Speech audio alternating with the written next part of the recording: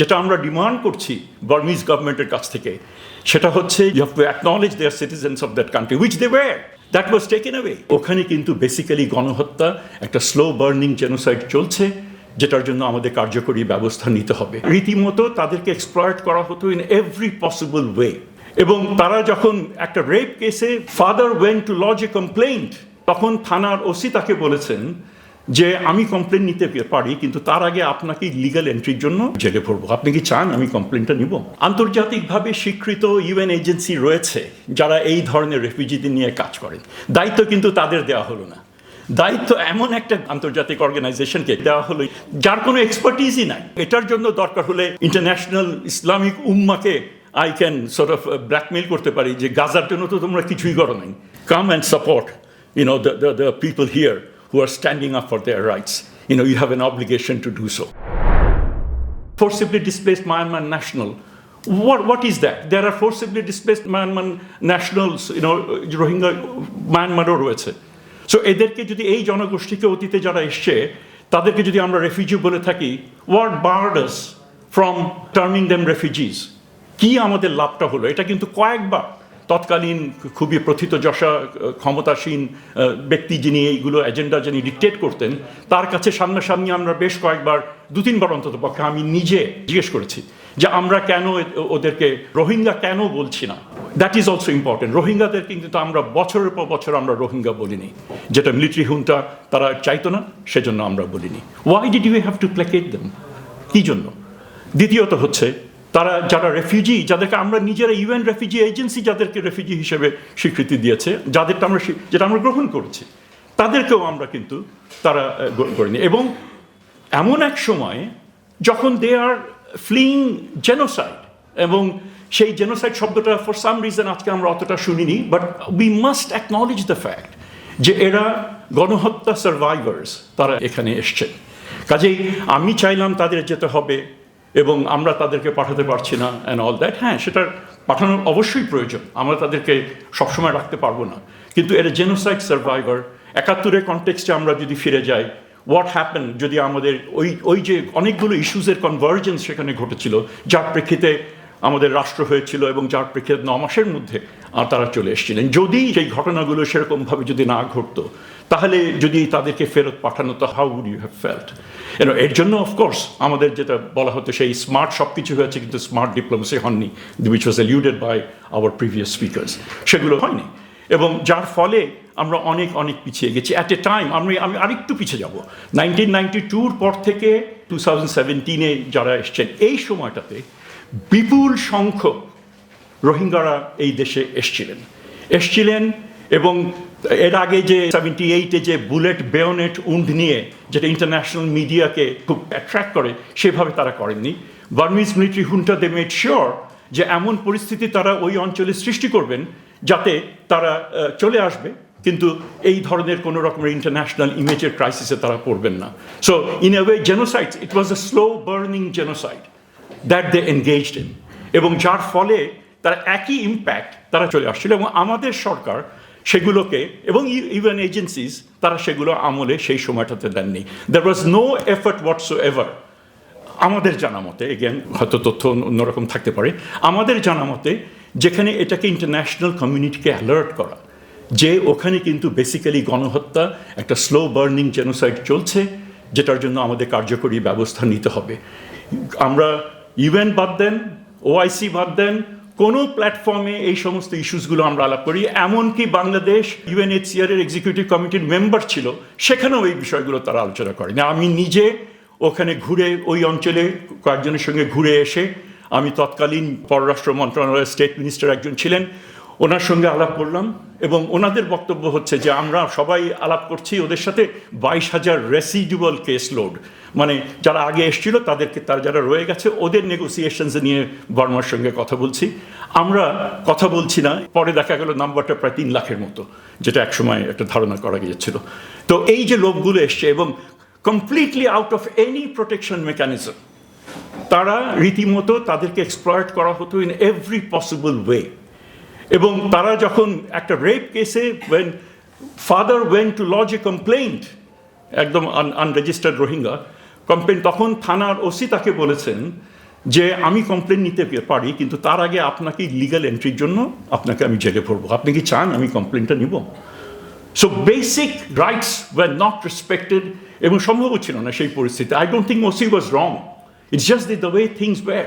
আমাদের এমনও কেস গেছে যে বছরের পর বছর রোহিঙ্গারা যারা they have serve the sentences, যে ইলিগাল এন্ট্রির জন্য যে সেন্টেন্স যাদের করেছে সেটা সার্ভ করার পরেও তাদের যে রাখা হয়েছিল, we had to file A writ in the high court, we want the writ, এবং তারপর হাইকোর্ট অর্ডার এই এত যে সংখ্যা আছে এদেরকে রিলিজ করো এবং UNHCR এর ক্যাম্পে এদেরকে ফেরত পাঠাও। সো এই নানান রকমের ভায়োলেশন, আমি যেটা বলছি এই কারণে, কারণ একটা জনগোষ্ঠীকে নিয়ে আমরা যখন ডিল করছি এই ডাইনামিক্সগুলো অনেক স্পর্শকাতর, অনেকগুলো বিষয় রয়েছে। At the end of the day আমরা কথা বলছি হিউম্যান লাইফস নিয়ে, এবং যেই লাইফস একটা গ্রুপ যারা নিগৃহীত, নির্যাতিত এবং জেনোসাইড থেকে তারা সার্ভাইভ থেকে তারা এইরকম একটা পরিস্থিতিতে আমরা again I celebrate this discussion যেখানে আমরা এটা করছি। আরেকটা কথা জাস্ট ওটা বলে I move to the current discussion. আরেকটা যেটা হচ্ছে যে এরা আসলেন, আন্তর্জাতিকভাবে স্বীকৃত UN এজেন্সি রয়েছে যারা এই ধরনের রেফিউজিদের নিয়ে কাজ করেন, দায়িত্ব কিন্তু তাদের দেওয়া হলো না। দায়িত্ব এমন একটা আন্তর্জাতিক অর্গানাইজেশনকে যার কোনো এক্সপার্টিসই নাই, এই যে এত লোক আসলো এবং এই লোককে দেখভাল করার জন্য এই যে 2017-এর পরে, ওয়াই? এর কোনো এক্সপ্লেনেশন কি আছে? পরবর্তীতে অবশ্য দেখা গেল তার একটা কারণ ছিল, যেটা অত্যন্ত ব্যক্তিগত একজন ব্যক্তির নিজের ইচ্ছা, নিজের ক্যারিয়ারের কথা। হয়তো অনেকে যে দুষ্ট লোকে বলে তার সঙ্গে একটা এখানে লিঙ্ক এখানে ছিল, এবং একটা বিশেষ প্রতিষ্ঠানকে ফেভার করতে গিয়ে তিনি যে ইন্টারন্যাশনাল স্বীকৃত যে UN agency, that was eventually of course they had to engage, এবং এটা করতে গিয়ে অনেক ইন্টারন্যাশনাল কমিউনিটির অনেক খরচ হয়েছে, অনেক কিছুই হয়েছে। কিন্তু এটা একটা বাস্তবতা যে কতখানি, আবার এটা নিয়ে যে এত মাল্টি ডাইমেনশনাল প্রবলেম, যেটা আমরা প্যানেলিস্টদের কাছ থেকে শুনলাম, এখানে কিন্তু ডিসিশন মেকিং প্রসেসে কিন্তু ইনপুট এবং কোহেরেন্স, পলিসি কোহেরেন্স, সেখানে পলিসি কোঅর্ডিনেশন সেগুলো ছিল না। এবং পরে যখন এগ্রিমেন্ট যেটা সাইন করা হলো বার্মিজদের সাথে, এবং সেই এগ্রিমেন্টও অন্যের অনুরোধে বা অন্যের ইচ্ছায় আমরা সেটা করলাম, কতটুকু সেটা হোমগ্রোন ছিল? I don't know, I think this people are much more better inform than I am. কতটুকু আমাদের স্বার্থ রক্ষা করেছিল? সেখানে কি কোনো টাইম বাউন্ড, নির্দিষ্ট সময়সীমা ব্যক্ত ছিল? সবচেয়ে বড় উইকনেস সেই অ্যাগ্রিমেন্টে ছিল যে ultimately Burmese authority retained the right to say কাকে তারা নিবে, কাকে তারা নিবে না। How can that be possible? why did we sign that instrument? অন্যরা বলেছিল তুমি করো, আমি দেখব, তো তারা কোথায়? Rightly ask this question. So যারা উদ্যোক্তা, এবং তারা যখন দেখলো না, তখনই আমি তাদের কাছে গিয়ে কি বললাম? আমি তাদেরকে কি বললাম? কিছুই বলিনি। কাজে we did not have any Rohingya policy as such. Everything ad hocism ruled. We hope there will be a significant departure from that scenario, because we need that departure. We need policy coherence. We need policy coordination, because বাস্তবতাটা, as Altaf Saheb যেটা দেখিয়েছেন তার বিষয়ের মধ্যে, it's a very grim reality that we are faced with. যে Grimm, এবং আমার যে একটা প্রশ্ন যেটা ছিল সেটার উত্তর জেনারেল সাহেব দিয়েছেন, যে if it comes to military confrontation, will be nowhere. If that is the case, তাহলে তো we as citizens of this country, so this is an existential threat. So সেগুলো নিয়ে কি হচ্ছে, আমরা কি চাচ্ছি? আমরা চাচ্ছি না, আমরা বলি না যে সব কিছু আমাদেরকে জানাতে হবে, বাট প্লিজ ডু অ্যাক্ট। মানে অতীতের যে অভিজ্ঞতা সেটা কিন্তু খুব একটা ভালো না, এবং এখানে আমাদেরকে করতে হবে। এবং এখানে আমি একটা কথাই খালি বলবো, যে আমি এটা ঠিক, যে প্রসঙ্গগুলো এসছে যে আমাদের অতীতের সাইকে থেকে বেরিয়ে আসতে হবে। এখন এটা কথা এসছে আরাকান আর্মি, তাদের কথা আসছে, NUJ-এর কথা আসছে। হ্যাঁ, সেটা যদি হয়, যদি আমরা আবার গণহত্যার কথা মনে করি, has there been any change in their positioning on the Rohingya? তারা কিন্তু এখনও পর্যন্ত যে ইন্টারভিউটা যেটা ছাপা হয়েছিল সেখানে তিনি বলছেন এরা হচ্ছে মুসলিমস, সেই হিসেবে তাদেরকে দেখা হচ্ছে। তাদের যে ethnic identity, Rohingya identity has not been acknowledged by them as yet. সেটা তারা এখনও অদ্যাবধি তারা সেটা কিন্তু করেন নাই। এবং তাদেরকে বলা হচ্ছে আমরা তাদেরকে কাজে লাগাবো। কি কাজে লাগাবো? কাজে লাগাবো হচ্ছে আর্মিতে পুলিশ যে ফাংশন সেটা তাদেরকে দিব, অ্যাডমিনিস্ট্রেটিভ কিছু কাজ তাদেরকে দিব। রোহিঙ্গা যখন তারা ছিলেন, তারা দেবার in the parliament, They represented very মানে ওখানে সুলতান আহমেদ আরও বেশ কয়েকজন আছেন, they were members of parliament, যেখানে তারা এই জনগোষ্ঠীকে রিপ্রেজেন্ট করেছিলেন, very much like Rakhine MPs. এখনও যেটা মনে হয় তাদের যে মেন্টাল সাইকে, এদেরকে এখন একটু ওদের সঙ্গে আমার গুডউইল তাদের অর্জন করতে হবে, এবং সে কারণে তাদের সাথে আমার একটু ওভারচার, এই ওভারচারে আমরা যেন গোলে না যাই। We must be careful. Yardstick should be, যেটা আমরা ডিমান্ড করছি বার্মিজ গভর্নমেন্টের কাছ থেকে, সেটা হচ্ছে যে you have to give them, you have to acknowledge their citizens of that country which they were, that was taken away. So আমার যেটা ছিল, আমার নিজের যে আত্মপরিচয়, সেই আত্মপরিচয় আমি যেন হতে পারি, সেই রাইটসগুলো আমাকে দেওয়া, আদারওয়াইজ আমরা তাদেরকে আরও বদ্ধভূমির দিকেই কিন্তু ঠেলে দেবো। That is my worry.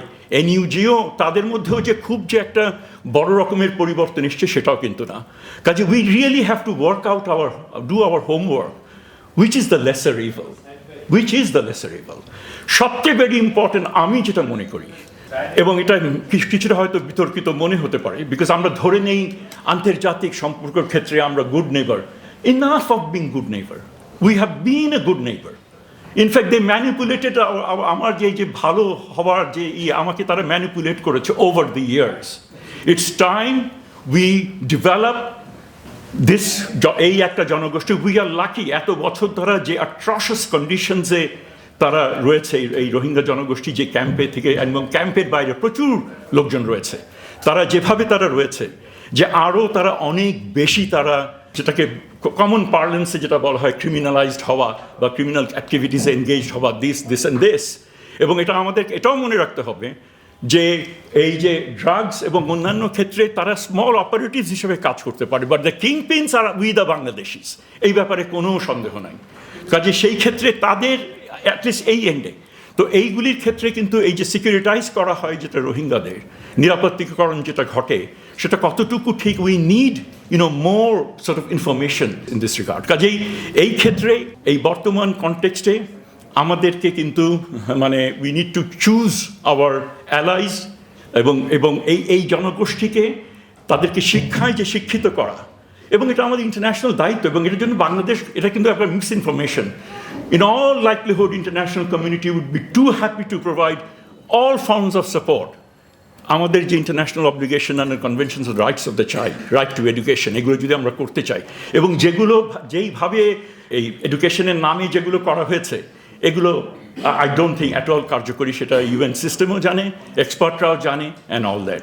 Meaningful এই জনগোষ্ঠীকে তার এই এডুকেশন, হেলথ, অন্যান্য এগুলিকে এখানে কাজে লাগাতে হবে। এবং মোস্ট ইম্পর্টেন্টলি তাদেরকে বিভিন্ন রকমের যদি ট্রেনিং প্রয়োজন হয়, তার নিজের অঞ্চলে সে যেন নিজে গিয়ে, যেন সাহেব বললেন আমাদের সুযোগ ছিল তাদেরকে সেইখানে গিয়ে ক্লেম করা, এবং ওই পজিশন অফ স্ট্রেংথে তারা যদি দাঁড়ায়, তাহলে আরাকান আর্মি বলেন, বার্মিজ হুন্তা বলেন, they will take them into account. Bangladesh should make a significant departure from this current policy, এবং এসে করে একটা জনগোষ্ঠী তাকে যেন ডিফেন্ড করতে পারে, তার রাইটস যেন ডিফেন্ড করতে পারে। এবং সেটার জন্য ইউএন জেনারেল অ্যাসেম্বলি রেজলিউশন হতে পারে, সেটা কতটুকু, বিকজ এখানে চীনের কিন্তু একটা ইন্টারেস্ট রয়েছে, চীনের ইন্টারেস্ট রয়েছে।